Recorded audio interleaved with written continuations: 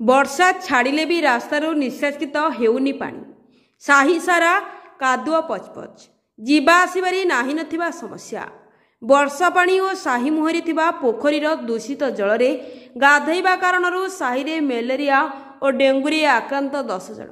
समस्यार समाधान पाई साही रास्तार धान तली रोई प्रतिवाद कले ग्रामवासी। बिल छाड़ी निज साहिर मुख्य रास्तार तली रोचंती किछि महिला।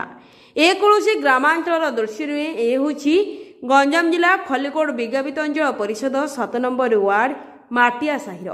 एही साहिरे असराई वर्षारे साही सारा पानी भरी जाउतबा बेले वर्षा छाड़िले मध्य साही रास्तारू पानी सुखुनी, जहा फଳରେ गाँ सारा लोके हंतसंत हेउछंती।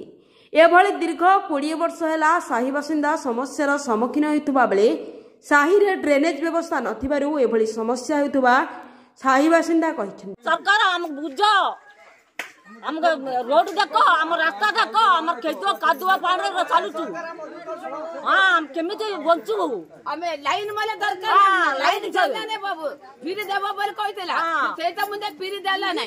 लाइन का पैसा न होती, पानी का पैसा न होती, हम कादुआ नै, हम डेन नै, किछि नै बाबू। हम इनिसी हमर इनिसाई करे हम परतो बण राय बण कादुआर परतो हम दाना आइले बाबू रहउछु। ए दाना आइले बाबू सरकार नै दिबो आ किछि नै।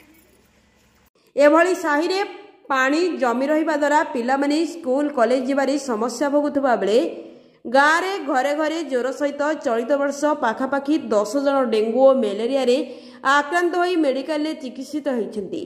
तेबे साहिर समस्या नहीं साही बासिंदा खलिकोट विज्ञापित अंचल परिषद और स्थानीय विधायकों को बारंबार अभियोग करथिले मध्य कोनोसी सुफल मिली पारि नाही, जहा फल आज साही बासिंदा साहिर मुख्य रास्ता धान तली रोई प्रतिवाद करिसेंति। तासह आगामी दिन में साहिर समस्यार समाधान नहेले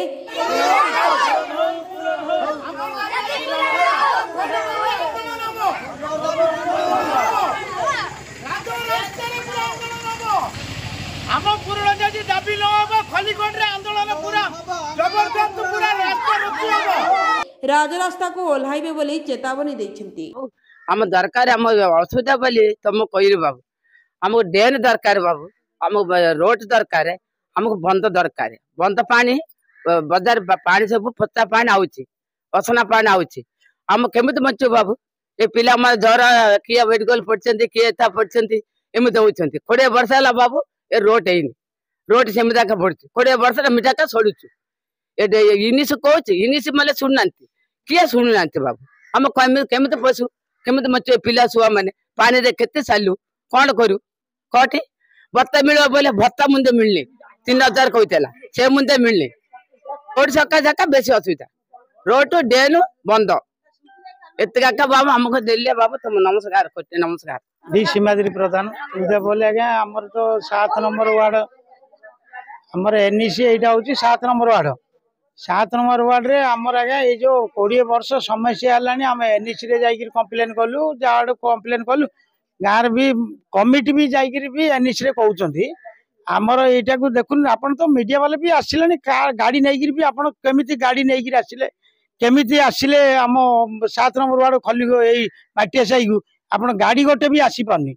सबु जगह समस्या ड्रेन समस्या अच्छी, रास्ता टोटल नहीं 500 फुट 1000 फुट पूरा टोटल जगह पूरा पानी कादुअरे सब पिला माने कॉलेज भी जाई पारना सब पानी कादुअरे पूरा तो डेंगू होइकिर किए कोठी सम हॉस्पिटल जाउछंती किए एमसी जाउछंती किए बरहमपुर जाउछंती। एबे दीटा आसिलेनी आज टिके भल होइकिर 10-12 जन होई गलानी आउरी एबे 3-4 जन से जो माउसी एबे जो आपण संगे देउथिले जे ये रे ताकू भी आई सी भी आसिक 2 दिन है एमि समस्या गाँव समस्या यही समस्या केमिति राज्य सरकार जी ये जो मोहन सरकार जो आसबे जो बीजेपी आम अनुरोध करुचु जता शीघ्र आम रास्ता ये ड्रेन भल मंद आमर जी गवर्नमेंट नियम जो रास्ताटा अच्छी जी घर जो माड़ी कौन कर सब एनएच तरफ कर सब जगह भांगिक आम रास्ता को चौड़ा करंतु आम ड्रेन जमी रही आगामी रास्ता खलिकोट रे ये जो जी आमर जो 500-1000 लोक सब राजा रास्ता